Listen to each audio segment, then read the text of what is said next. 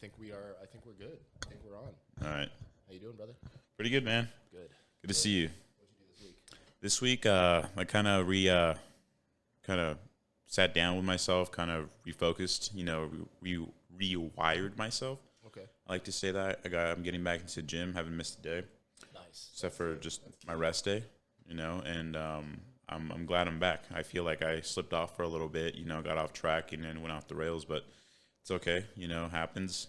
I think it's okay, and I think it's good to sit down sometimes and reflect on things that you've been kind of slowing down on, kind of like need work on, and that's something I kind of really focus on, myself. I kind of just like to sit down in a quiet room, just kind of think about mistakes I've made, thoughts that I've had, things that I want to do, but just not find the courage or the energy to do it, or finding myself in a situation where I can see myself slowing down or slugging, Yeah. Yeah. But I feel like I'm reconnecting with myself again. That's good. Going to the gym, getting back in there, getting fit again. Yeah. Already lost. I was like 247. I am now 235. Oh, perfect. So That's I'm great. I'm getting there, and that Yeah. helps. The motivation. That's my motivation right there. Discipline, trying to get back on that thing too. Of course. But yeah, that's how I've been doing this week. Right on. How about yourself? Pretty much, not quite like reorganizing myself, but definitely staying focused. This week, let's see, I worked all week, went to the gym. I had a decent amount to do because last weekend I had to do some work for my uncle, welding some basic stuff at his house, and then just acquired more stuff to be able to do more work like that. Okay. And then kind of also refocused a little bit. I could definitely see where you're coming from with the like feeling unfocused at times. I've definitely been there. But let's see, what did I do? Yeah, pretty much just worked because I'm doing regular 9 to 5 stuff. Okay. So it's pretty boring. But I started doing some Excel spreadsheet stuff Oh, hell at yeah. work, which is like really, really boring, but there's a lot of potential for growth in acquiring that skill essentially. But what you were saying about taking stock of who you are and where you're at and where you're going kind of thing, that's super key. That's like, it's like doing a quarterly report for a business Oh, yeah. and checking your finances. It's just getting yourself in order, seeing where you're at, where you came from, what kind of progress you've made recently, as well as over a long period of time. And then, of course, where you want to be and how to get there. Right. Those are all so important in just the human experience, really. Because if you don't have a good picture of where you're at, it's easy to lose sight of where you're going. Right. You know what I'm saying? Right. And where you want to go and where you've been. You just end up, a lot of people end up in kind of almost a downward spiral just by not taking stock of where they're at and where they want to be. Oh, yeah.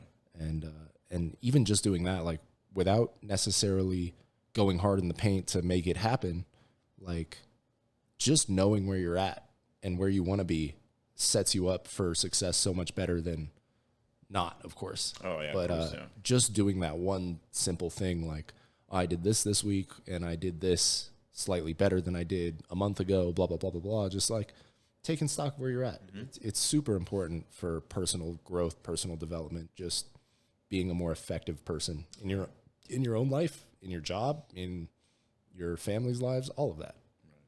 Yeah, that's facts right there, for sure.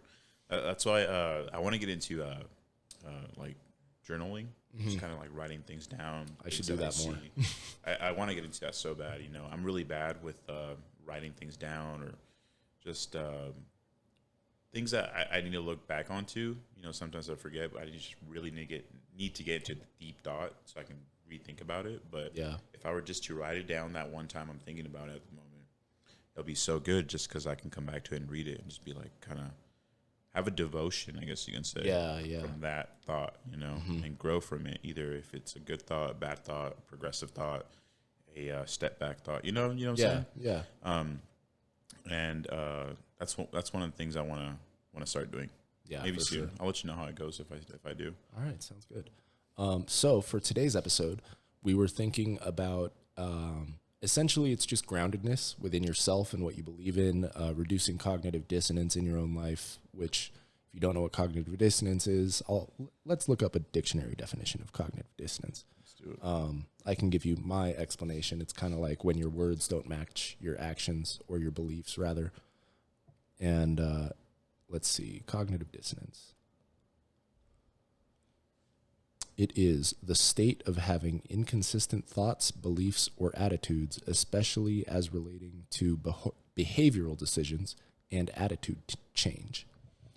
So, let's break that down. Inconsistent thoughts, beliefs, or attitudes relating to behavioral decisions and attitude change. It's really frustrating to be around people or work in an environment that is inconsistent, unpredictable, you know? So like if there's this one rule one day and then another rule another day, it just messes up your entire flow, your entire rhythm. And Absolutely. and people need structure in their lives. Like when COVID happened, basically losing the job and just kind of not focusing on building myself anymore, just because lost the job. And I was like, well, I'm in school. I'm going to finish school, get the job in the industry that I want to be in. I'm not going to just take some BS job at Safeway or Starbucks or whatever just to make a little bit of extra cash. Well, not even extra, because I would have no longer qualified for unemployment and then make less money. Oh yeah. Like that doesn't make any sense. So I'm going to just keep collecting unemployment. And, when I'm ready to go back to school, I'll go back to school. Or when I'm done with school, I'll go back to work, but in an industry that I'm actually trained for, kind of thing. And that's what I ended up doing. So it worked out. But at the same time, I was not focused on growth in any way, shape, or form. You know what I mean? Because I didn't have the structure of a job. Okay. And when I got a job, getting in the gym and making it a habit was so easy. Because granted, I was working a 9 to 5, so my work schedule was regular. And I had the goal of wanting to be bigger. And, I've accomplished that since then. But without the structure that the job provided, partly because I didn't have very much self-discipline at the time, I just kind of floundered, played video games, destroyed my relationship, all of that. But getting that structure in your life really helps to allow yourself to focus on the things that you want to do for yourself or for your family or for whoever, Yeah. I totally back that. I feel like we all need structure in some way or form. I don't want to say like you think we're creatures of habit? Absolutely. Yeah. Absolutely. Okay. So I don't want to say I'm too, I'm not saying I don't like change. Yeah. I'm just saying with a smart move and a smart plan, I'm all for change. But you just can't do a cold cut turkey, I'm just going to. Just have no structure whatsoever. Yeah, and just send it. Yeah. But I totally agree. I feel like the same way. When I was in school, I was able to I got school from, from 1 p.m. all the way to 5 p.m. And I would go to the gym in the morning, come home, cook, and then study, and then go to school, come out, and then kind of the same thing, study again. And that's all I was doing. I was going to school, gym, cooking, and hanging out with my woman, and that's about it. Yeah. And then when I finished school, it was like a month gap where I wasn't doing school or any reading or anything at all. And then I literally kind of spiraled. I was like, oh shoot. Yeah. It's crazy. And then luckily I got a job within like that month. But the hiring date was until like a couple weeks later. But like within that time span, I was just like, oh, I finally finished this year of school. I'm going to relax a little bit, kind of laid off, kind of did whatever I wanted. And then just threw me off. And then that's something I don't like. And I agree with that. Like, I feel like we all do need structure to, progress forward, move forward, or just have what would you say, like a normal routine life? Or your routine is your routine. There's not really like a normal routine life. Okay. I guess you could say normal would be the 9 to 5 type thing. But Okay.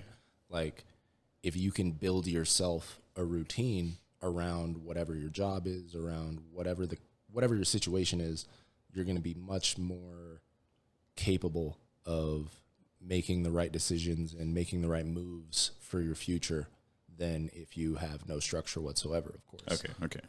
And so that's kind of where I'm coming from with the cognitive dissonance side of things is you need to have essentially like a mental structure that you build yourself around that's based on whatever you want it to be based on for the most part. Like obviously there are morals and ethics that you have to stick to. Otherwise you're just not going to be a very successful person in the world. Like That's a strong one. Yeah.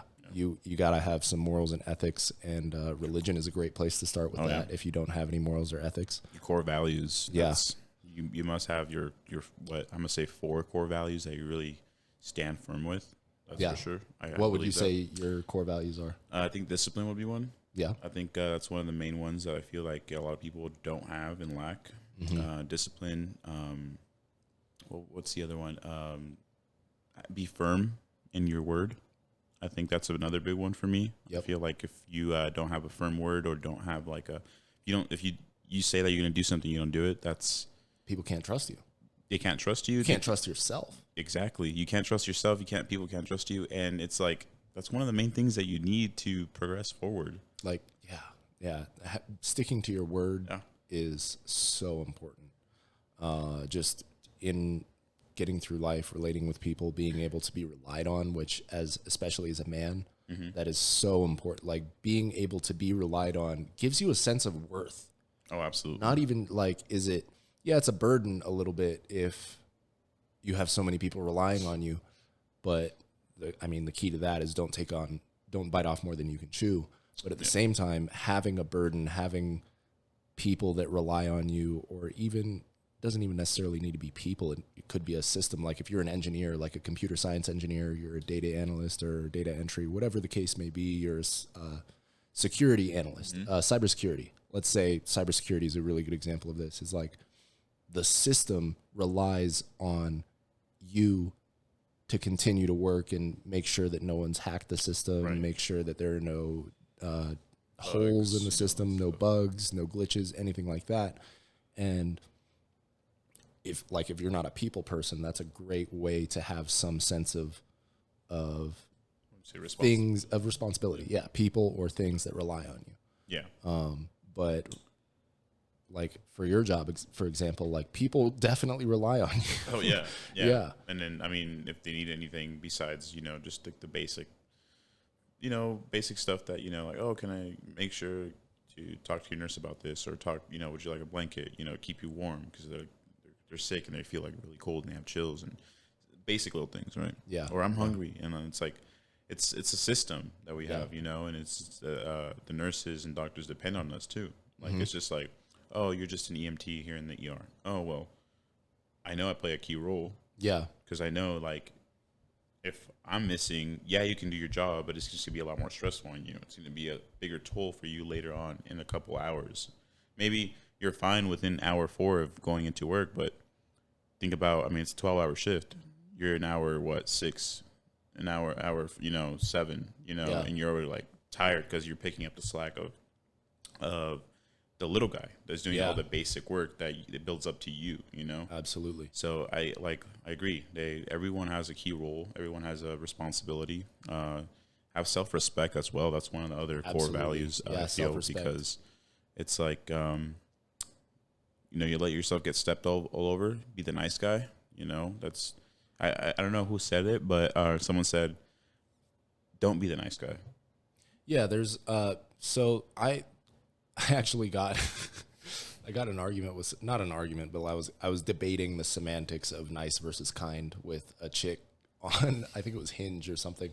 She said, I think she was like, because the way Hinge works is it has prompts and stuff, because I don't really care with dating apps. I just say whatever the fuck I want. And so like she said that I'll fall for you if you're nice but can throw hands if you need to. And I was like, those are kind of cross those serve cross purposes kind of thing. Like she told you she'll throw hands with you. No, but can throw hands if you need to. Like, I'll fall for you if you're nice, but can throw hands if you need to. That was the prompt. Okay, gotcha. I'll fall for you if, and then that's what she put in. Gotcha. And I said, can I substitute nice with kind? And she's just said no. Like, didn't even back it up with anything. I was like, oh, okay. Well, this is going to be fun. And so, like, she was cute, but, like, I don't care because it's a dating app, and dating apps are trash. Yeah. Horrible. They're absolutely horrible. There's no such thing as dating on a dating app. Yeah, just go out and meet some people and grow up here and talk to women. Yeah. But so I was debating, like, I can't remember exactly what argument I used, but basically my point was that you can be kind while also being nice, but nice guys are kind of they're just ineffectual. The quality creepy? Huh? You think they're creepy? Not necessarily creepy, but like, because I know you mentioned it. I think it was last podcast. Yeah, where I was talking about simps and they're the nice guy that's just like giving you whatever you want. Yeah. But the reason they're giving you whatever you want is because they're really just trying to smash. And they have no self-control. Yeah, exactly. Yeah, for the most part, they're just giving you whatever you want because they want to smash. For them, that's kind of like the nice guy way of doing things, and that's why nice guys finish last is because it's like, after a little bit, it's like you can't just give all the time for no reason whatsoever. Mm-hmm. There has to be some mutual exchange of value. If you're just giving, it's like, oh, this person is in my life to just give. And they can just give and give and give, and I don't have to give anything back. You know what I'm saying? Yeah. And so that kind of sets the precedent for that relationship. If you're the nice guy trying to get the girl by being a nice guy, that kind of sets the precedent of that relationship is you can just give without getting anything back, and you'll stick around and still continue to give. Yeah. And even that giving isn't necessarily material things. It could be validation. It can be you giving. It could be attention, validation, like she fucks up and makes some bad choices and you're just sitting there to be the shoulder for her to cry on when like she cheated on her man or something and she cheated on you. Or cheated on you. Yeah, like shoot, bro. Nice guys, they finish last, and even if they get the girl, for the most part, they end up being manipulated by the girl. Oh yeah, it's horrible. Because nice guys have like no backbone, and that's where I come in with kindness. Is kindness like sometimes the kind thing to do isn't the nice thing to do. Yeah, it's that self-worth. The nice thing to do. It's nice if my grandma gives me candy whenever I see her, but if I already had like 10 bags of candy that day, it's probably not the kind thing to do, because the kind thing to do is really looking out for the future self. Okay. For the most part. I see. That's how I see it, at least. Like, they're very similar words, so let's look at the actual definition of nice and then the actual definition of kind. But I feel like the hidden words, I don't know there's like bigger words to like explain this, but I feel like the dark meaning behind nice, like be nice, be nice to your sister, be nice to your brother, or be nice to your girl, or be nice to this person, be nice. It's so, but they're being a bitch. It's so fake. Yeah. Yeah, exactly. That's a much better way of putting it. Being nice is kind of fake sometimes, but if you're a kind person, you don't always have to be nice. If you're a nice person, if you're not nice once, then you're no longer the nice person, kind of thing. Exactly. But you can still be kind and nice every now and then. Yeah. And yeah. Kindness is a bit more benevolent, in my opinion. Mm-hmm. Benevolent is like just altruistic, good, that kind of thing. Whereas nice is just, it's almost manipulative. Yeah. You know what I'm saying? Yeah. Yeah. It seems fake. Yeah. But say all that to say, let's see, that was self-respect was the third one. So we went with, what was it? Discipline. Trust, like a solid word. Yeah. You can firm in your word. Firm in your word. There was self-respect, not just being the nice guy, being kind. And then what was the fourth one? I lost it. You lost it? That's okay. You have one? Let's see. For me, I would say core values Pretty much everything that's in the Bible. Not really, but like also yes. So that would be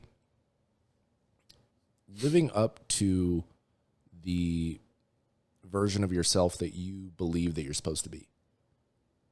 The greatest version of yourself. Yeah, living up to the greatest version of yourself. So like every kid might want to be, you know, an astronaut or a scientist or whatever the case may be, but underneath that motivation to be an astronaut or a scientist, it's mostly I want to be an effective person in the world that does and accomplishes great things.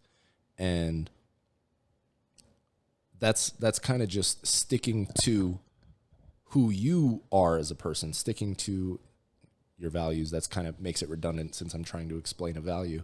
I got something for you. Okay, bet. I'll continue explaining. Yeah. So, yeah, let's see. My values, sticking to who you are as a person. And that would be kind of discipline. That would be like, I'm not going to let someone walk all over. That would also be self-respect. Dang, discipline, self-respect. I didn't want to steal yours. That's why I'm kind of trying to beat around the bush and explain all these other ones. But I mean, those are really good values, so I can't blame you. Definitely discipline. You need to, and discipline is really just doing what you should do regardless of what you want to do kind of thing. Doing what you know you need to do, even if it's inconvenient. Desire? Yeah, it's basically duty versus desire. That's kind of how I look at discipline and self-discipline, is doing what you should. And, you know, for the most part, like you can train yourself to be so that your desire is the thing that is discipline. You can retrain your mind so that your desire is to be disciplined. And then everything that you want to do becomes the right thing to do. Okay. If you retrain your paradigm, your mental way of thinking, way of being, so that discipline and being disciplined is the thing that you want to do. Okay. And then your desire becomes to be disciplined. And then you become disciplined because that's already what you wanted to do, so you just act it out. I like that. Yeah. Let me back that up with this. So it's like 1 Corinthians 13:11. Okay. It says, when I was a child, I spoke as a child. I understood as a child. I thought as a child. But when I became a man, I put away childish things. I think that right there, that line right there, goes hard as hell. Yeah. No, absolutely. That right there really, when I used to like go to church and all that stuff, and back in the day when I used to live in California, when I got told that line right there, it really like messed me up. Like it I actually had never heard that one. That one's so good. And then this was, I mean, that Means verse. I need to read my Bible more. that verse right there it's in King James version, but in like in the, I guess you can say the normal version. I don't know. The original Hebrew or something? I mean, original like Hebrew translation. That's really fun to look up, is like original translations of the Bible and what they mean, because the first Bibles were written in Hebrew and then they were translated to Greek and then all the other languages after that. Oh, really? Yeah. So like, we'll go back to your point, but I just want to bring this one up. What was it? The meek shall inherit the earth. Do you remember hearing that verse? So that's, I don't remember where that one is in the Bible. Meek mill shall inherit the earth. No. The meek shall inherit the earth. It was everyone, a lot of people were very confused by that, and I was too, because like meek, I always thought of meek as like almost timid. You know what I mean? Like that's almost a nice guy that isn't capable of doing anything. Okay. And that's another reason you don't want to be just a nice guy, because if you're just nice, you're not capable of like throwing hands when you need to. Yeah. That was my whole reason for getting in that argument with that chick. But she ended up ghosting me, which is fine. I didn't expect anything. I argued with her on a dating app. Like, that's obviously she's going to ghost. You argued? You spent debated. I wouldn't say I argued, but anyway. So the meek shall inherit the earth. The actual translation from Greek was Mikos, and Mikos, this is according to Jordan Peterson, he did the research on this. I didn't do it myself. Mikos meant he who can wield the sword but chooses to keep it sheathed. Explain. So it's kind of the whole idea of the warrior in the garden versus a gardener in a war. I like that. Yeah, that's essentially meek. Okay. Meekness was essentially being able to wield the sword but choosing to keep it sheathed. Knowing when to wield the sword but choosing to keep it sheathed. I like that. Yeah. It's kind of like the same thing I was saying. Like, it's don't be the nice guy, be the monster. Yeah. Just know how to have it under control. Contain that monster. And that's a big thing that Jordan Peterson talks about too, is for masculinity in general. Like, and that was kind of what we were talking about before, is like, to be a truly masculine man, you do have a connection with your emotions. You are an emotional being just as much as women are.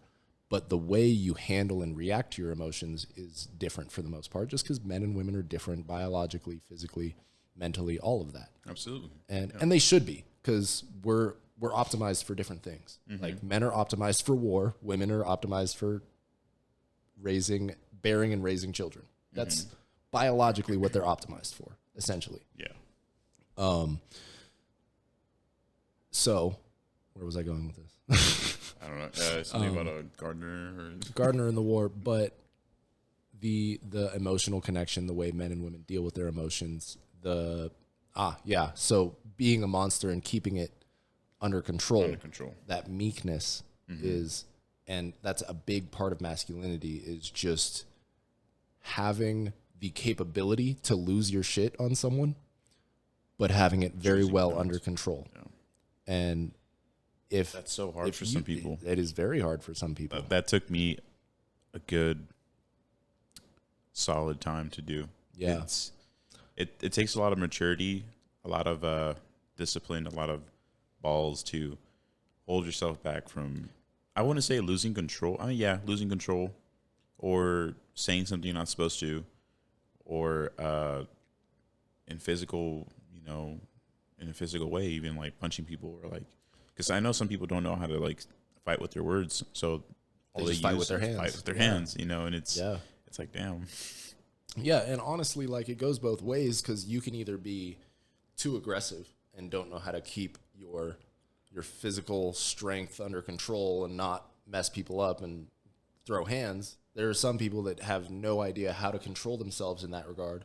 Then there are some people that just don't have that capability of throwing hands. Like, they're only timid and weak and nice. That's the nice guy. Then there's the aggressive asshole, I guess you could say, that is just always ready to throw hands, has a super short temper and things like that. And so, I kind of look at it the same way I look at the gym, is like, we all have a different starting point, and we all need to kind of get to the point that we need to be. So, like, for me personally, I was the nice guy, but I was also like really small. Like, in the gym, I was super small, skinny, didn't have a lot of muscle mass, all of that. And so I built up the muscle mass. And one thing that I've heard is it's mentally easier to go from being super skinny and lean to big and buff and all that.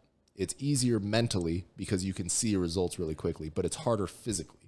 Because you have to force yourself to eat. Forcing yourself to eat sucks. I hate it so much. I'm sorry for y'all little guys, dude. Yeah, it sucks. Because, like, I can go hungry a lot easier than I can force myself to eat before bed. Oh, it's hard. It's so hard. It sucks because I just feel like throwing up the entire time. Yeah, way opposite for me. I've always been kind of like a stockier person, stockier build. It's not as hard physically, or it's not as hard. Yeah, physically. Yeah, it's not as hard physically, but it's a lot harder mentally because you don't see the results as quickly. Yeah, and also another thing that I used to see when I got down to 185, and I was like shredding, and I was able to see my abs and everything, and I was really chiseled, like, good chest. I was surprised how good my chest looked. How you can see like the actual shoulder fibers, like when I would flex, get a good pump on, my abs, I would like flex them and I can see them. So basically, he looked like me. Yeah, like I was fucker. So when I was at that point, like, I was like, fuck yeah, I look good, But like, I would be in certain environments, certain areas, and I'll sit down. And I'll still feel like, some of like that, the leftover kind of like fat that you have. Everybody Everyone got has rolls. it. Everyone got exactly. rolls. I got rolls when I sit down, like sitting right now like this. I definitely got rolls. But the thing is, up here, yeah, it was it's like the mental I thing. still look like fat, or I still feel fat, and I have to pull my shirt, cover mental myself thing. up, Yeah. just kind of still wear my baggy clothes, wear a sweater or something, just so I can like fit in and look good. Mentality is so important with confidence, with progressing. Like if your mentality is that all of the work that I'm putting in is getting nowhere and I'm not progressing and blah, blah, blah, blah, blah, you could be progressing, but feel that way and think that way. And I mean, oftentimes you'll just start acting the way you think, and then you'll stop putting in the work to progress. But that's where the self-discipline comes in, is no matter how you think, no matter what you feel, you do it. Yeah. You know what I'm saying? Fucking do it.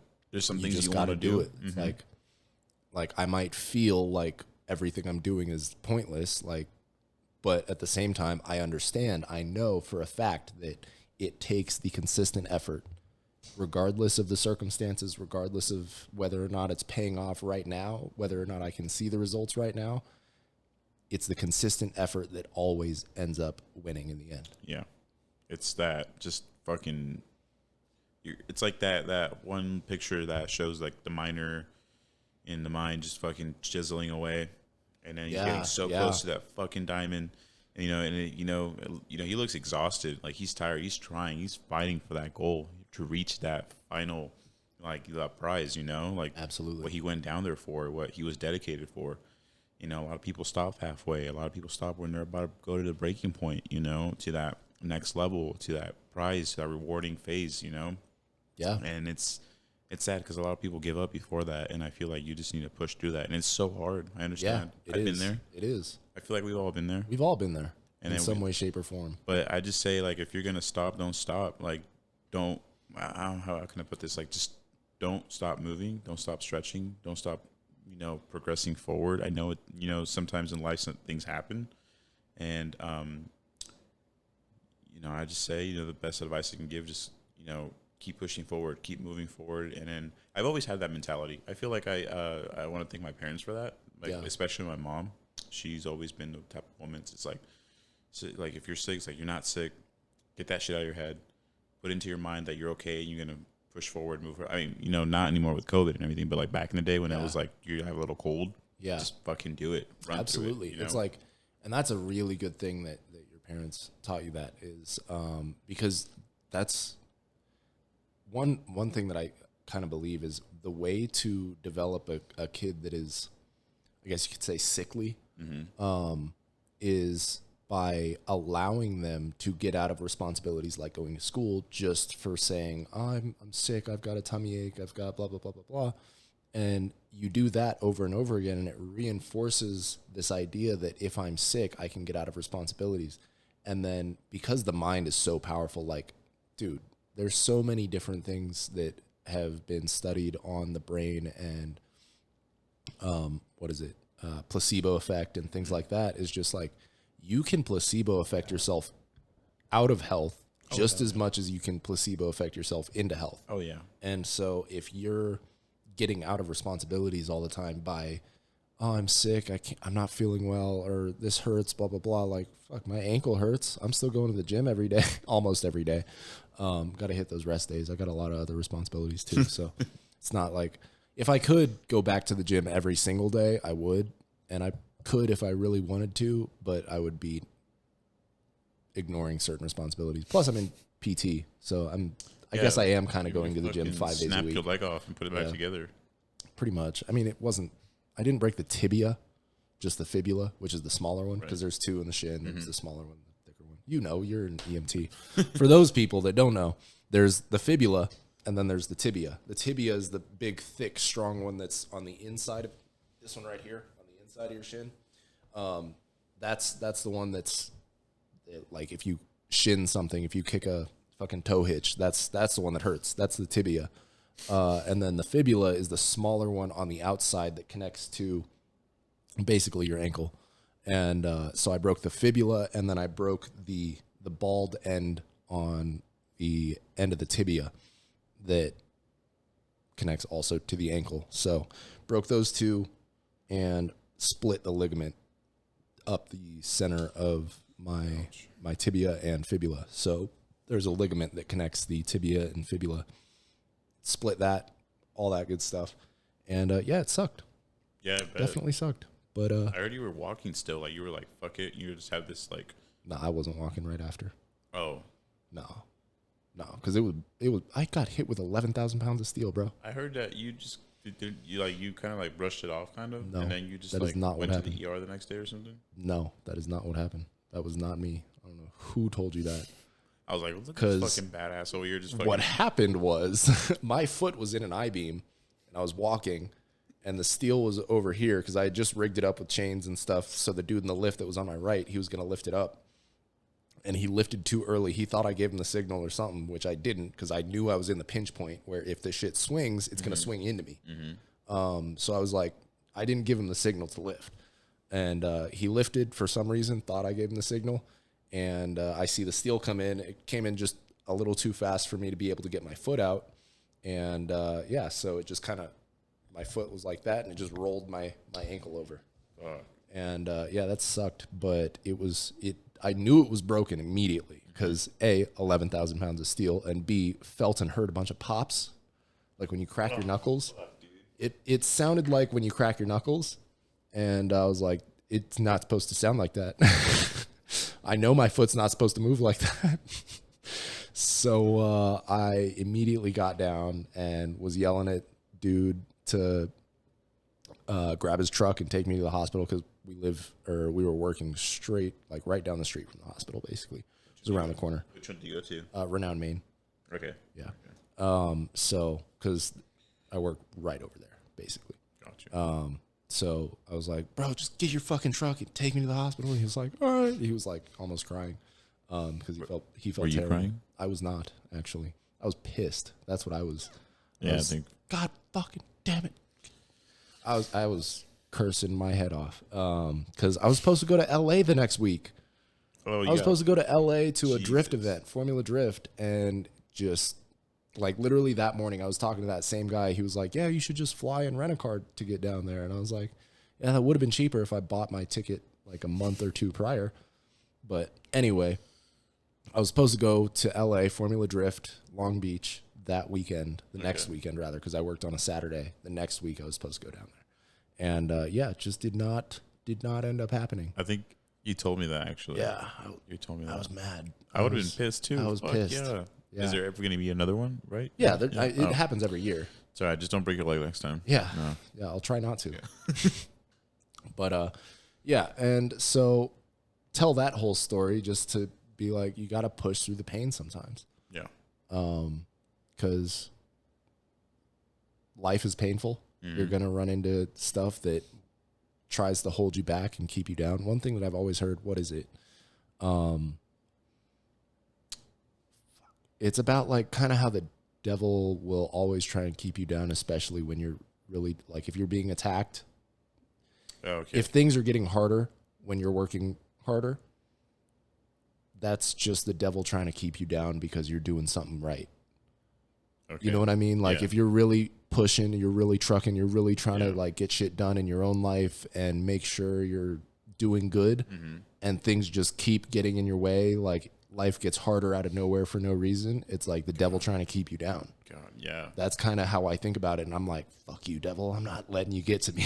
Yeah. It's like, why would he bother you if you ain't doing shit? Yeah, You know? exactly. And that's honestly like that's actually crazy is like how a lot of people end up really lucky, even though they don't like in situations they don't deserve almost because they haven't done anything with their lives. Like I'm not going to try and talk about who deserves what, but at the same time, there are definitely people like the crazy things you hear when like some homeless people or some really, really poor and not really financially deserving people win the lottery and then they're bankrupt within the next year or they get the whole lump you hear sum. about that? Dude, that happens all the time. Yeah, like most lottery winners and actually pro athletes too end up bankrupt when their careers are done for the athletes and then end up bankrupt within a couple of years after winning the lottery because they have no idea how to steward their money properly. Maintain it and all that stuff. That's partly also because people that do know how to steward their money properly aren't playing the lottery. So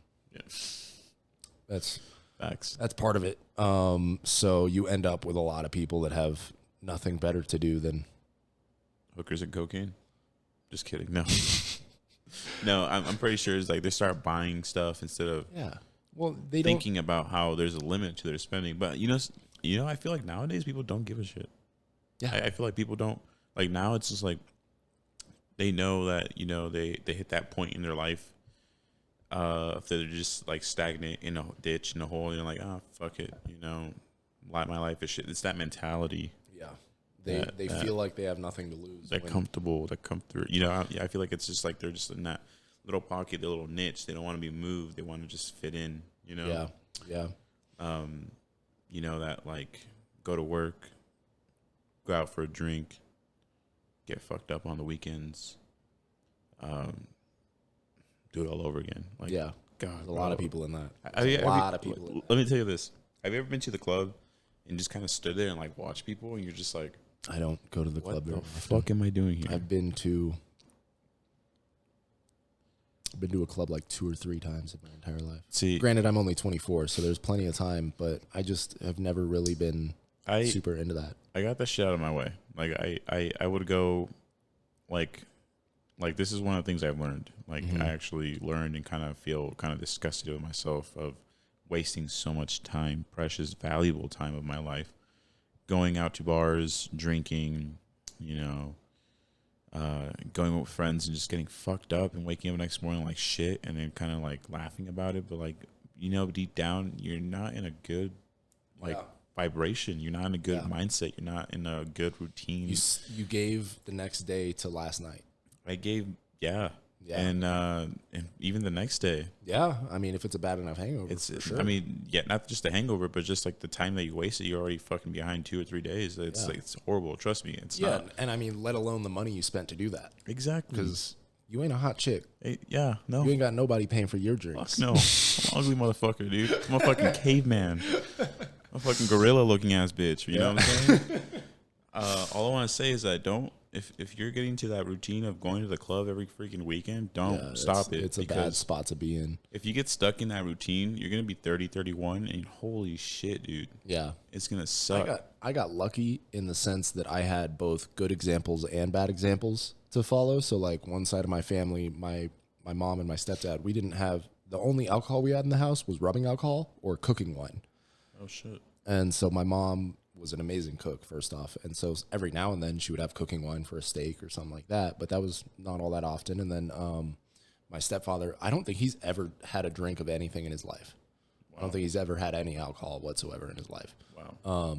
Or smoked weed or anything like that. Wow. So like super straight and narrow, like fundamentalist Christian, like really just, and was God-honoring man. God-honoring man, absolutely. Even though, I mean, they drink wine in the Bible. Oh, yeah. So but like, I mean, in a respectable, yeah, I feel like absolutely. Timing, absolutely. Yeah.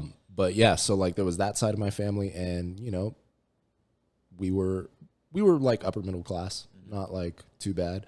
But then on my dad's side of the family, they were kind of in that, going to the club whenever they could and partying and doing all of that. And it was super fun. I'm not going to lie. And like growing up, I always kind of emulated that because I was a kid. I didn't know what was good for me and I wanted to have fun. Everybody wants to have fun. Oh yeah. Like who wouldn't want to have fun? But at the same time, you have to understand that you give up something if you just live a fun centered life. Yeah. And I didn't understand that until probably I was about 19 or 20. Didn't really fully understand that until then. But yeah, it's just crazy how far back you can set yourself if you're just focused on having fun and not focused on the grind, the goals, the consistent building. And the consistent building, it's hard, but it's just as hard as getting to the end of your life and realizing all I did was focus on fun. I didn't really build anything for myself, for my family. Like I don't have a legacy to leave behind. Exactly. Like it's like a example. Someone asks you like, "Oh, dude, what do you do for fun?" I go to the gym. No. Like, let's say like all you do is drink. Like go out to the clubs and stuff. Okay. Well, do you have any hobbies? I party. No. That's what I do. I party. Hey man, have you ever done? No. I mean, if you can afford it, I don't know. I don't even affording and stuff like that. Yeah, I just feel it's just like it gets old quick. it does. I feel it so. does because it's like it's just hollow. It's really hollow. It's not fulfilling. I beat my ass up all the time when I think about it. I'm like, fuck, dude, I'm such an idiot. Like, why was that even like a thing? Like, why did I ever? Why did I follow that? And then, I mean, there'd be times where I'd get so fucking hammered and make a fool of myself. And then people have this perspective of me. It's like, oh, he's just a fucking drunk. That's another thing. And yeah. Dude, man, I just kind of I'm not that person. I'm not that person. I know I'm not that person. And I wasn't raised that way. I wasn't raised an alcoholic. I wasn't raised in the mindset of going out partying, getting fucking crazy and like living it up, blah, blah, blah, blah. Like, no, like I was raised in a like my mom, she was very hardcore. She's like, you got to keep this place clean. You got to clean it before I get home. Make sure that this is out so I can cook you guys food. Like, you have this shit to do. These like, are your responsibilities. yeah. Do them. He's like, when I get home, I'll take you to your either soccer practice or whatever like activity we would have, or like we'll go out to the park or something. Absolutely. And then it's just like I never grew up in a way where it's just like I would see my parents drinking every day and stuff like that. And then I'm not gonna blame them if they did or not, but I'm just saying it's like, where did I find myself into this hole, into this niche? Is it because I hit a spot in my life where I was like, I don't give a fuck, or was it like because I was trying to crawl into this environment that wasn't me just to fit in? You know what I'm saying? Absolutely. And that's so dangerous, is just trying to fit in against what you truly believe, and that creates a lot of cognitive dissonance. Oh yeah. Back to bringing it back. So like, that was kind of what I wanted to talk about from the get-go, is just that cognitive dissonance and where it can leave you, kind of thing, just to fit in. Like, sometimes you'll end up in a work situation trying to fit in isn't inherently bad. To a degree, you do need to fit in. You don't want to make waves. You don't want to cause problems in a situation or like a workplace or something like that. Like, like politics and stuff like that. That's a great example of fitting in, and just like, I'm not gonna partake in the discussion if I know that I'm surrounded by a bunch of people that disagree, especially because I'm conservative. If I worked in an environment where everyone was super liberal and just kind of going with the left wing kind of what's in the media mindset, I'm just not going to partake in the conversation unless I really think that they're like open-minded, which for the most part, people that are open-minded aren't super duper liberal, I think. No, I feel it. Like, you know what I mean? Yeah, like, I totally feel it. Yeah, like the mainstream liberal left kind of thing is it's actually very closed-minded. Like, they like to see themselves as open-minded, but as soon as someone that's conservative comes in and says, well, I disagree with that because I think that this, and this happened as a result of that, they're just immediately like, you're a misogynist, you're blah, blah, blah, you hate women, you're whatever. They have all of these different buzzwords that they use a lot of times to basically cancel people, essentially. That's actually, oh man, that's a different topic that we can get into. But no, I feel you. Like, I feel like it's like, it's just like, if it's like this train, right? And everyone's riding along, and you're like kind of like, hey, I need to stop on this side, like on this stop, because it's like I'm not going over there. And they're like, oh, why? It's like, oh, like, you don't want to be with us anymore. Like, you like you start being like the outcast. It's like, it's like, hey, it's like, it's almost like they've got a hive mind. Yeah. And dude. they want to just make sure everyone is going in line with the hive mind, and whoever isn't immediately needs to just be thrown to the dogs. Yeah. Kind of thing. Or cast it out. It's kind of crazy. It's ridiculous to think that the liberal, the left leaning, open-minded, what they call themselves as open-minded, liberal, all of that is like, if you don't agree with everything that we say, then you're on the right automatically. Oh, it's yeah. crazy. Like you're a Trump supporter. If Yeah, you're a right. Republican. If you have this one belief, like, then if, for example, I don't believe in abortion as far as beyond rape, essentially. Like, I think a lot of people just make stupid decisions, and by allowing abortion to be this, like, first off, it's not healthcare. It's like if you were raped or if the pregnancy is non-viable, I can see the argument. That's cool. Yeah. Totally. I get it. However, which 95% of abortions actually are just elective.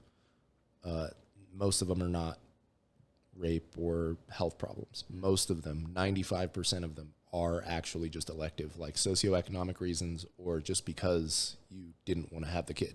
Interesting. I think by we're devaluing life itself by allowing abortions to just be willy-nilly kind of thing. That's kind of what it is. If your situation is socioeconomic, don't put yourself in a situation where you could potentially get pregnant. Yeah. If it's you don't want to have a kid, same thing. Don't put yourself in a situation where you could get pregnant.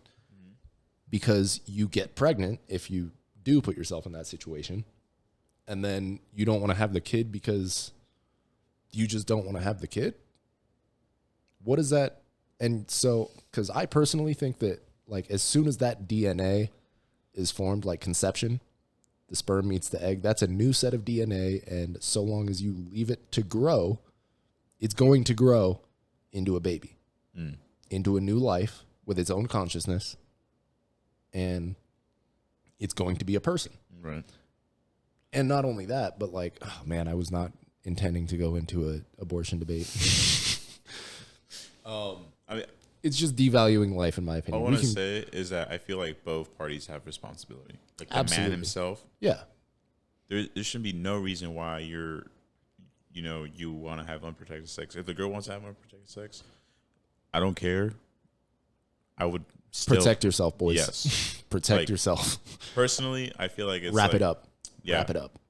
If Like- you don't want to have a kid, wrap it up. You- And do you- not accept a condom from her, because women will pull some stuff. I'm not saying all of them, but there have been times where some crazy women will poke holes in their own condoms or whatever. That Drake incident. Bro. Did you hear that? Yes. He was the Tabasco or whatever. He put hot sauce in the condom so that she couldn't. I mean, it's Drake, so I understand where she's coming from. Shit, I'll try that too, dude. Yeah, shoot, bro. Champagne poppy. Yeah, I'm your kid, Drake. But no, like it's kind of crazy what people will do to make some money. Really, because that's what that's motivated by, is she wants to have Drake's kids so she can make some money off of having I Drake's wouldn't kid. doubt it. I mean, yeah, maybe she wants that kid because, like, yeah, I don't know what the fuck If I'm she saying. really, if she really wanted a kid, she could mess with somebody else. I mean, she wants Drake's kid, and that is motivated by money for the most part. Okay. Drake doesn't seem like a great father. You don't If I'm think so? being honest, no, I don't. I don't think Drake is going to be the model dad for all the little kids that he might have. Same with Future. Does he seem like a good father figure? He's got 8 babies by like 8 baby mamas. But he takes care of them, though, right? Probably. I would think so. I would hope so. He's definitely got the money for it. Like, I don't know. they're all getting child support, but like, how many fatherless children are there? Because he's not a father to each of those kids. I'll tell you that much. Mm-hmm. Okay. You know what I'm saying? I see where you're coming Like, from. kids need fathers way more than they need money. Okay. Poor kids with 2 parents in their house do way better than poor kids or rich kids with one parent. Yep. You know what I'm saying? Mm-hmm. So, ladies, stop fucking these niggas that are going to just leave you. And dudes, stop knocking up bitches. That's basically it. Stop going out If you're for not milk, going to bro. stick around, wrap it up. Yeah, dude. Like, honestly, I don't think you should be having sex outside of marriage, but honestly, that's not going to happen. That would be a utopian ideal that's just not going to be achievable. But in the event that you do and probably will have sex with a woman that you're not intending to marry, wrap it up. Hopefully she's on her own birth control, because 2 forms is the most effective. Yes, we all know condoms suck. Some people are allergic to latex. They have goatskin condoms that work. There are plenty of methods to not have children, other than abortion, by the way. Because abortion, like I said, I think that devalues human life, and it's a short. So I'm going to make a case for how free abortion with no regulation whatsoever can lead to eugenics, because one of the arguments that a lot of people that are pro-abortion and pro-choice have is that, like, all these kids would have been born into poor circumstances. It's like, so what? You want to go to the orphanage and be like, oh, I would have aborted you. I'm sorry you have to live like this. Oh, dude, that's so fucked. That's right. That's so. Or like an autistic kid who loves life. Like, you can find out if someone's going to be autistic or have Down syndrome or have whatever neurological disorder. You can get tested, like yourself. Yeah. Yeah. And so, like, what? You want to just kill those kids before they're like... You know, fuck those people that, like, have kids, right? And then they find out they're going to have, like, some type of issue. And they're like, oh, we don't want him. Like, yeah. You know, I understand if it's going to be, like, you know... I get it. Like, I understand if you want to abort, if that kid's going to be, like, super, like, just stuck in a wheelchair, vegetable type of feel, you know what I'm saying? Yeah. Because that's a horrible life to live, you know? Yeah. And I know everyone deserves a chance to live and stuff like that, but it's like, I'd rather not put that person to suffer and, or who knows, I don't know, whatever that person is thinking or that mindset that person has, but once they're older, but I know they don't get to live too long. And it's just sad. I would hate to bring someone to life, give them all this euphoria, like love and like moment, which is amazing if you do have a chance to live, but for just a period of time, and even worse if they can't do much besides eat from a tube or something, you know, it's I feel like they should. I'm not saying putting them out of the misery or anything. That's there kind of is fucked a up to say. quality of life argument when it comes to birth defects. Mm-hmm. But when it comes to socioeconomic, especially, that's where I really have an issue with it. Is just like, if you're poor, wrap it up. Condoms are pretty cheap. Babies aren't. Abortions are actually more expensive than condoms. So okay, so I know where you're coming from. Like, know, when you like, see like a little kid has the same diaper for like 3 days, that's fucked. That's messed up. I fucking hate that shit, bro. When I see like your kid's not being well fed, like, you know, you're not in the circumstances to have a kid. You know, like, I'm not saying don't have kids or whatever, like, but just know where you stand. Like, are you going to be able to provide? It's that responsibility that's within thing, yourself as a parent to be like, can I feed this kid? Mm-hmm. Can I provide for this kid? Yeah. Can I spend time with this kid and like grow him into not a piece of fucking shit that's going to make the world a worse place, but a better place. You know what I'm saying? People don't have that kind of self-awareness sometimes, though. It's sad. It is. And then these kids either grow up with, like, you know, mental issues, you know, like, not because they grew up with them, but because, like, they develop them as they go. Yeah, they've got anxiety, all kinds of depression, anxiety, and things like that. Yeah, all this shit. And it's like, I seen it firsthand. Like, you know, I don't want to say any names or anything, but it's just like, I seen, you know, people that don't. Abuse and lack can definitely develop a person into. It can develop issues with that person, for sure. Abuse definitely, obviously, but lack of provision for needs, whether it's emotional needs or physical needs, also develops a person into someone that has something issues. I mean, or something great. Or something great. Like, that comes down to mentality. Like, if I ever make the NBA draft, like, will my dad come back? Like, I mean, that's definitely one way to look at it. But I mean, like, being abused can cause those neurological issues of anxiety, depression, those mental health issues. Yeah. And shoot, where was I even going with that? I don't know, but I think we were stuck on the topic of abortion and abortion, and just make good sexual choices. And honestly, like outside of rape, like I said, and health issues. That's a strong word too. Like it's just. I should actually not use that word because I'm pretty sure YouTube flags you if you use that word. Oh, dude, that word's so gross though. Like that. Yeah, it is. It's Sexually horrible. assaulted. Is that correct way to say it? You say grape, actually. Apparently on YouTube you won't get taken down if you say grape. Grape, okay. Yeah, grape. We'll say grape. Outside of that situation, like I don't see much of an argument for it. And then also outside of that situation, like women hold the final say as to whether or not someone has sex with them. Yeah. Outside of grape, they have the final say of who goes inside of them. Yeah. But what? I mean, that's true. Yes. They get lied to. They get, No. Like, yeah, they say like, oh yeah, like I want this, like that. Or I don't want this. And then as a man, you got to respect. She doesn't want it. Cool. Yeah. Well, absolutely. And that's what I'm saying is like, if she says no and you still go, that's great. That's SA. Yeah. But in the event that she does want it, it's like, is she choosing the right guy? And that part of it falls on them. Mm-hmm. Is like, stop messing with people that shouldn't have your children. Yeah. Shouldn't parent, like, it's a big personal responsibility issue, and I have no idea how to encourage or make people be more responsible for themselves. Make better choice. How do you get people to make better choices? I mean, the only thing I can think of is educate them on how bad choices can lead, as well as what good choices you have. But it's so hard to educate people sometimes because like the mentality they have, exactly, like the walls they build. There's a lot of people that like think they know everything they need to know to get through life.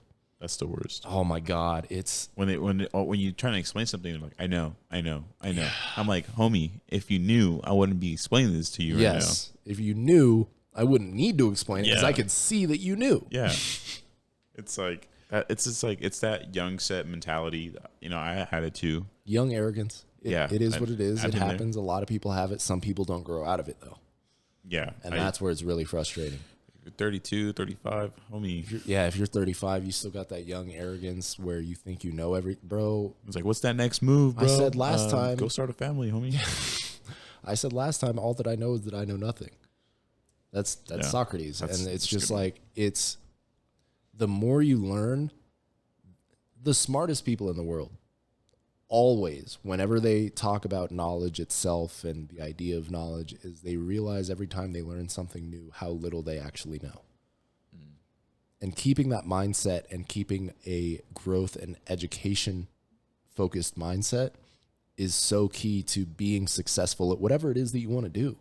You can educate yourself so in the amount of knowledge people have on certain circumstances, on certain things that I don't even care about, but then they go in depth on explain, like, I'm trying to think of something, but like someone that's really into crochet, for example. Okay. Crochet.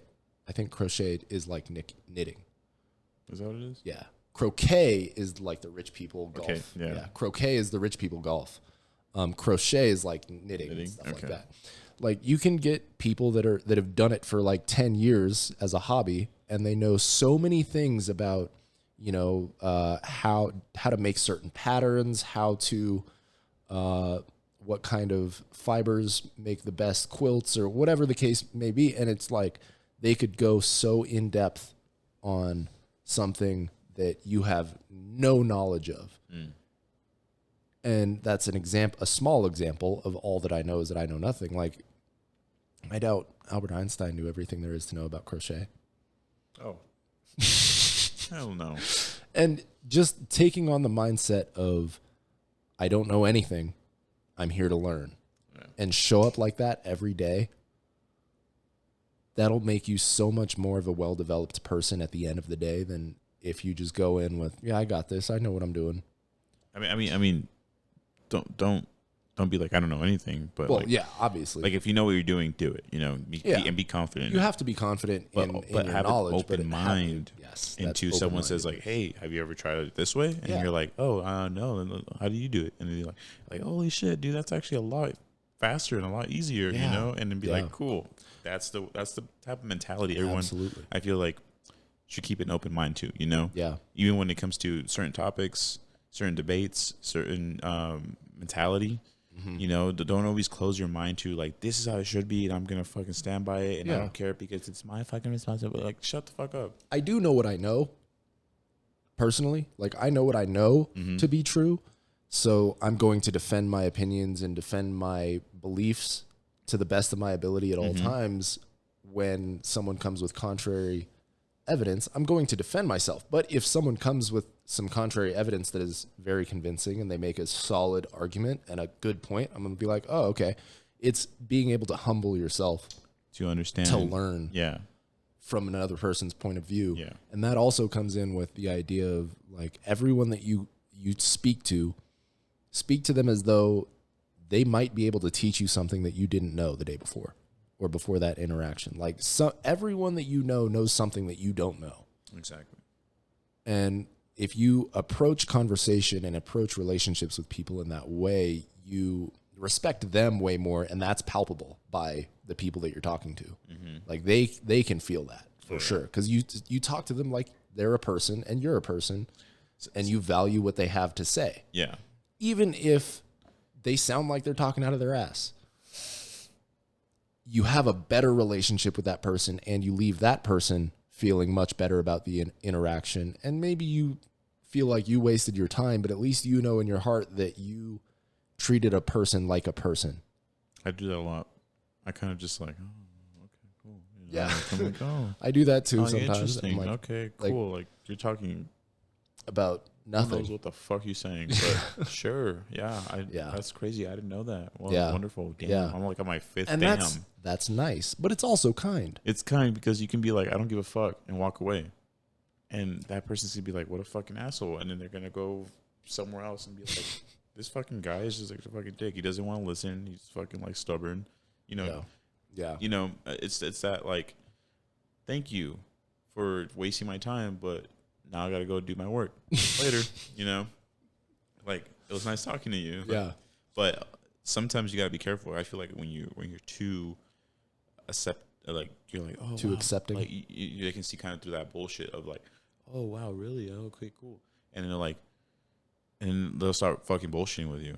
Or they start being like, the fuck? Like, I feel like that can be fun, though.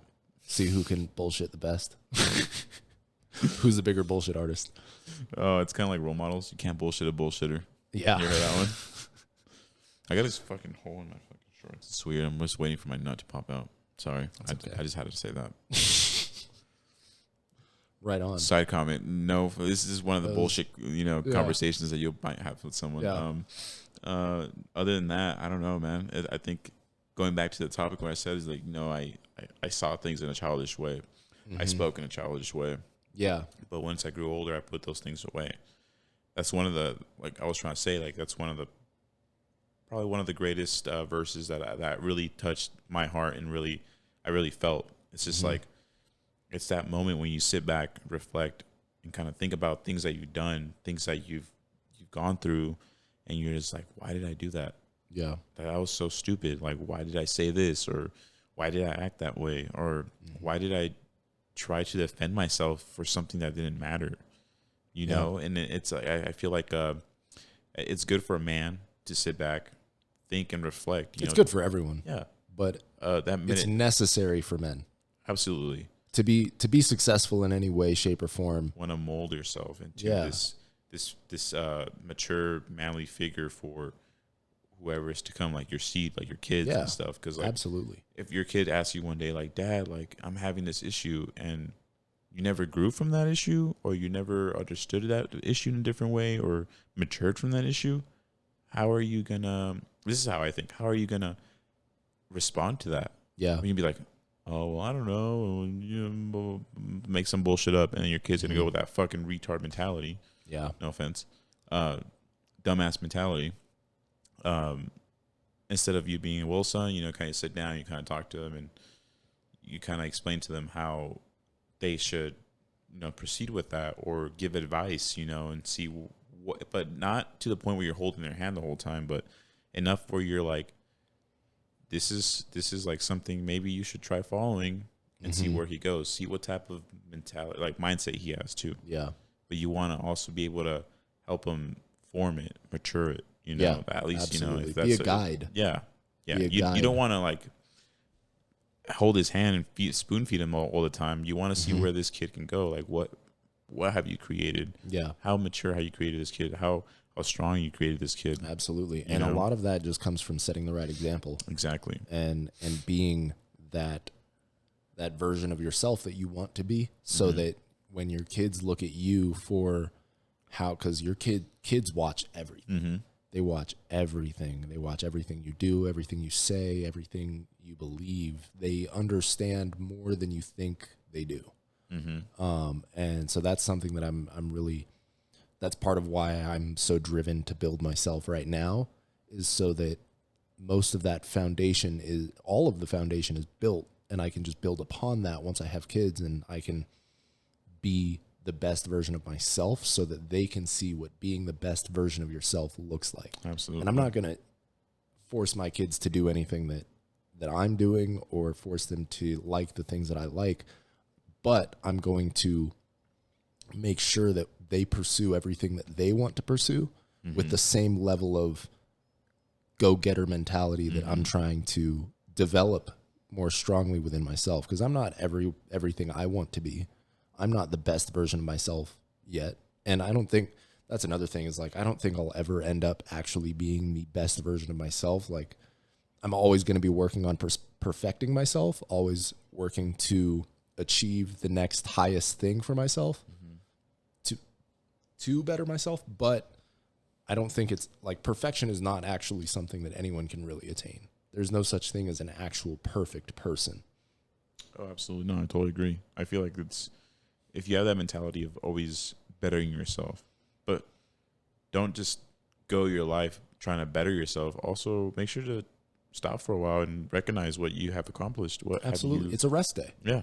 It's a rest and recovery day. It's those moments when you're just like, wow, like I came so far, like I don't do these childish things anymore. Like I don't find going out every freaking weekend fun. Yeah. I don't find drinking every weekend fun, or I don't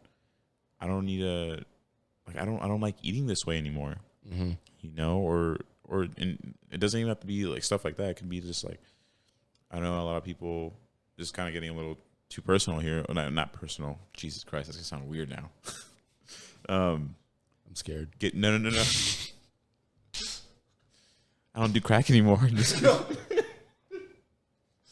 No, I'm just kidding. People that struggle with certain habits, like vices. What's up? Certain vices. Yeah, like I know people do drugs. I don't have to do this every day now, or I don't have to masturbate every day, or it also costs money. Like masturbating is free, but some people should. That's a good point. There are some people that you're a little far gone if you're paying to the VR and shit. Anyways, we don't need to get into the details of that. Y'all know what we're talking about. Get off that OF, that OnlyFans. Get off of it. These hoes don't deserve your money. Anyway, I just feel like once you start realizing when you're like doing things that might put other people in harm or yourself in harm, and you start kind of realizing and reflecting and be like, holy shit, this isn't okay. Yeah. And you start maturing from it. Yeah. And that way you can have that mindset mentality that you can explain to someone else, like your kid or someone that looks up to you or respects you and comes to you for advice. You can explain to them, in a way that you learn. Maybe that'll help, maybe it won't, but at least you plant that seed into that person's mindset where they're like, damn, and they come to that realization too. Because I know if they come to you for advice and they're asking for help, and you tend to like help them in a good way and positive way, where you make it easier for them to understand, and not in a argumentative, or I don't even know if that's a word, but yeah, it is. Or argumentative. Yeah. or in a negative way, like, oh, you gotta fucking just throwing, like, because people block shit like that. Yeah. When you just screaming at them and kind of like treating them like shit, they're like, I don't want to fucking listen to that. It's like a fucking defensive response, you know? Absolutely. So you want to come to them in an open, calm, way. And like, well, that happened to me too, or I've been through that too. I just want to let you know that, if you need someone to talk to, advice, Yeah. I'm here to support you whenever you're ready. Yeah. You know what I'm saying? That way they can actually fully comprehend and understand what you're trying to tell them, what they're going through, and how you can get them like past that, hurdle. Yeah, but absolutely. Kind of went off on a tangent there. No, I got you. That was good. You were spitting facts. Yeah, and that's just how you got to talk to people when you're trying to impart wisdom on someone that may have made a mistake, kind of thing. That's kind of where the way I took that is like, if your kids make a mistake and not getting mad and angry and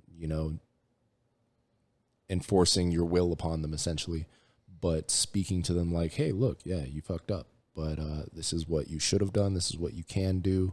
This is how you can fix it. And that's something that I'm very, very, that I feel very strongly about whenever I become a father, is to make sure to speak to my kids in a way that they know internally that they don't have to worry about whether or not I'm still going to love them if they make a mistake. You know what I mean? Like, I want them to know that they can come to me. I'm going to be honest about, yeah, you fucked up. This was stupid. Like, I don't know what you were thinking, but this is how we can fix it. This is what you should do next time in another situation. And what did you learn from this mistake, kind of thing. So that's something I really, really feel strongly about. And just imparting that mentality of it's okay to make mistakes.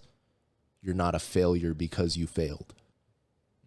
You know what I mean? Yeah, that's good. And that's so important, because I think a lot of just the school system, the way parents parent sometimes, is like they make their kids averse to failure. But failing at something is the best way to learn what not to do as well as what to do in the future. Like, you don't really learn all that much from success because you did everything right. And so it's like, oh, cool. I knew everything that I needed to know to do this thing. So I don't really have to go back and look at what I did. I just could do that again, kind of thing. Yeah. But if you fail, it's like, oh man, I didn't do this right. I didn't do that right. I didn't do that right. Okay, so this is where I need to do this, and this next time. I need to research how to do this so that next time when I try again, I'll be successful. And then you try and maybe you fail or maybe you're successful, but then you can reaffirm like, okay, so this is what I did. This is what I did to fix the problems that I had the first time. Mm-hmm. And this is how it went this time. And things improved or didn't improve, or this and this went right, but this one didn't. So it's just how to grow as a person is by failing. Like any business owner, any entrepreneur, all of them, their biggest thing is failure is actually good. Failure is just a stepstone to success. Oh yeah. And keeping that mindset is so key to being able to progress at anything. Because if you fail and then you get down in the dumps and then quit, like, of course you're not going to get any better if you quit, because you just quit. You're not doing it again. Yeah. That's the only way to really be a failure, is to quit. Yeah. Yeah. That's good advice right there. Honestly, I think the more you fail, especially in your younger years, I think you get to learn a lot. Yeah. I feel like if you really kind of explore, in a safely manner too, not fucking throw your life away. Yeah. Yeah. I want to encourage my kids to be able to fail, but also tell them what's up. Like, these are things that you definitely should stay away from. And here's why. Mm-hmm. Instead of, because that's another thing that I think parents do a lot, is like saying no, but no explanation. That's how you get your kids to go and do that anyway, is not explaining why they shouldn't. People are curious. And if you say no, like, they're going to go explore it. Curiosity killed the cat. Exactly. Actually, there's a comedian that I was watching this one time. He was mentioning how his parents were fucking cool. He's like, dude, I grew up a weird teenager. Like, my parents were like, it was during that 80s time, and they kind of grew up like hippies and everything. And then I remember this one time, he's all saying that, oh, like I started smoking weed, and I was scared my parents were gonna find out and kind of get upset of me and kick me out or something. And then apparently my dad found out and came up to me and he's all like, "Oh yeah, dude, have fun, man. You know, if you want to do this, go ahead. Like, you want to try shrooms? Go for it. Just make sure you do it here. You know, like kick back. You know, go ahead and explore." Wow. And the guy's like, "What the fuck?" I was like, "No, you're supposed to say don't do that." Now I don't want to do it. Yeah. Because you're like, Yeah. you're like okay with it. Like, no, I want Yeah. to rebel. You know. Yeah. And I thought Yeah. that was hella funny because I'm like, That's so dude, true. that's so fucking true. Yeah. Like, my mom, when I used to go to parties when I was in high school, when I'd get invited like to go out, it'd be funny because like she'll be like, "Don't drink, don't do this. Be careful who you're with. Be careful." Like she treated me like I was a girl. Like, watch out who puts something in your drink. You can get raped. This and that. I was like, what the fuck, dude? Like, That's because that's what she knows. yeah, and it's like, where the fuck do you think I'm going? Like, like fucking underground rave or something? Yeah, Like, no, like chill. I'm going to hang out at my friend's house. Like, Yeah. and then I would drink just because she'd be like, "Don't do this." And I'm like, why not? Why not? That sounds like Do fun. it anyway. I want to go in the pool and get hella drunk and do backflips off the fucking roof. Like, don't tell me what to do. Yeah. That's. But Yeah. I'm gonna live off by that verse there for sure. Put the childish things away. Yeah, put the childish things away. I think once you become a certain age of a man, kind of start maturing and realizing what's important, and what's childish, what's things that need to be done and taken care of. I think that's when you kind of need to. I'm not saying throw the towel in, but like kind of know yourself enough to say what's okay and what's not okay for you to do. Yeah. And that's not to say to throw away the inner child within you kind of thing. Because like there's a beauty in the innocence of childhood and exploring new ventures with a child's mindset. Like because children just take things on and are super curious. Like that childhood curiosity, there is definitely something to be said about that childhood curiosity. But at the same time, having that child curiosity as an adult can lead you in a bunch of different directions while not focusing on one thing. But also, to be open to learning, you do need to have that childhood curiosity. So there's a balance in there too. Okay. When I mean more of a childish thing, I feel more like when you know something's wrong. Yeah. But you're just being childish, as in like, I'm like, anyway. When someone says like, "You're being childish, bro." Yeah. Like, how do you see that? Do you see it more like as in a childish way, like an actual childish way, or like as in like immaturity? For sure. That's what I think. That's what that verse means. Yeah. You're being immature about certain Yes. things that you know they're not good for you. Yes. You know what I'm saying? Yeah. At least that's what I understand from it. Yeah, and actually that makes sense because the way the Bible describes like God is the Father, and doing those things that you know you shouldn't do, it's because your mother or father told you not to do them. And in the Bible, there's a lot of things that it says not to do, and so that childish mindset, even as an adult, of doing the things that you know you're not supposed to do, that you know you shouldn't do, that you know are immoral for whatever reason, it's going against the Father's will kind of thing. You know what I mean? And so you're rebelling against the Father. Right. And children rebel. And yeah, we are all children of God, but at the same time, you don't necessarily want to rebel against the Father too much. Yeah. At all. Because it'll discipline you. Yeah. Yeah. And really, it's just the discipline of life, because you make mistakes and life is going to slap your wrist for it. Oh, yeah. Oh, yeah. Yeah. Yeah. But yeah, so that's just all mentality stuff. That was actually like we went pretty hard on mentality. I like that was that like one. all mentality. That was good. I like that. I think that was a solid one. It was. And yeah, just to bring it back to the beginning, it was about really cognitive dissonance and behaving in ways that agree with what you believe. Because cognitive dissonance can mess you up internally. It can really mess up your mindset, how you think about yourself, the confidence self-discipline, all of those different things. And the best way to reduce your cognitive dissonance is to take stock of yourself, reflecting, like you were saying, and make sure that you unify your actions and your beliefs. Yeah. As well as what you say. Like, if you say that you're family oriented, but you disregard your own future because your own future is important to your family's future. If you want to have kids, or even like taking care of your parents when they get too old to take care of themselves or something. That's not behaving in a very family oriented way, kind of thing. Then just all kinds of different things that you need to think about when you really take stock of your beliefs and your actions. Make sure they're congruent, because a lot of your life's problems can come from having that incongruency between your beliefs and your actions. Okay. Yeah. Just internal problems, rather. Right. Yeah. Anything else to say on that? No, I think you. No. I think we're good to go. Yeah. Today's a little bit shorter one. We started late, and this guy's got that graveyard shift. That's 7 to 7. Jesus Christ. Sounds awful. Mercy on me. Yeah. I'm going to go home, make some food, and go to sleep. Yeah. Living life over here.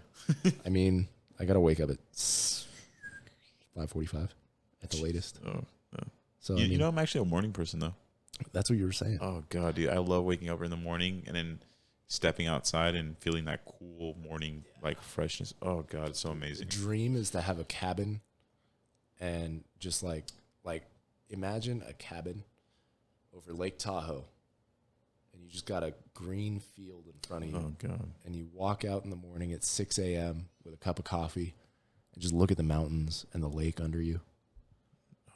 Bro, God. that is the American dream right there. And then from the distance, you smell your woman cooking breakfast, eggs being fried, just That sounds amazing. dog barking, kids are laughing. Nah, they could stay asleep. They could stay asleep for a minute because they're going to ruin that experience. They're going to start fighting. God damn it, Bobby. No, but all right, man. It was nice having you again. This is so, God. I think this is probably, I can't even talk right now. Thinking faster than I can speak. I get that. All right, thanks. Thanks, guys, for being here. Absolutely. We Thanks. appreciate you guys. Thanks for listening to Some Young Guys. Yes. We'll see you guys next time. Yeah. All right. All right. Later. Peace. Stay safe.